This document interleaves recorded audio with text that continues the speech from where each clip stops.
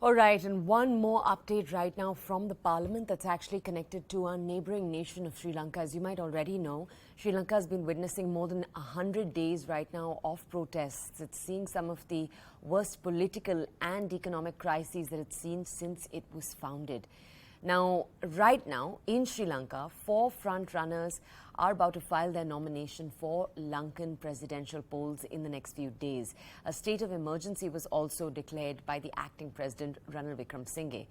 At the same time, back in India, Union Ministers S. Jaishankar, Prahlad Joshi and Nirmala Sitharaman have all called for an all-party meeting within the parliament on the Sri Lankan crisis.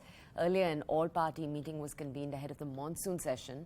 We're talking about in India, during which you'd had the DMK and the AIADMK, 2 key Tamil Nadu parties, raise the Sri Lankan issue. Their point of concern at that point had been the condition of the country's Tamil population. As we speak, 225 members of the Sri Lankan parliament are expected to elect the new president. That election is going to be taking place tomorrow. Now, ahead of the polls, CNN's Will Ripley actually spoke to the acting president, who we just spoke about, Ranil Wickremesinghe.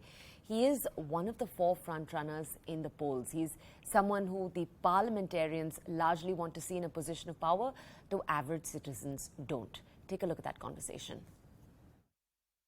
You said earlier, as president, it's important to tell the truth. Do you think that the previous administration was telling the truth to the people of Sri Lanka?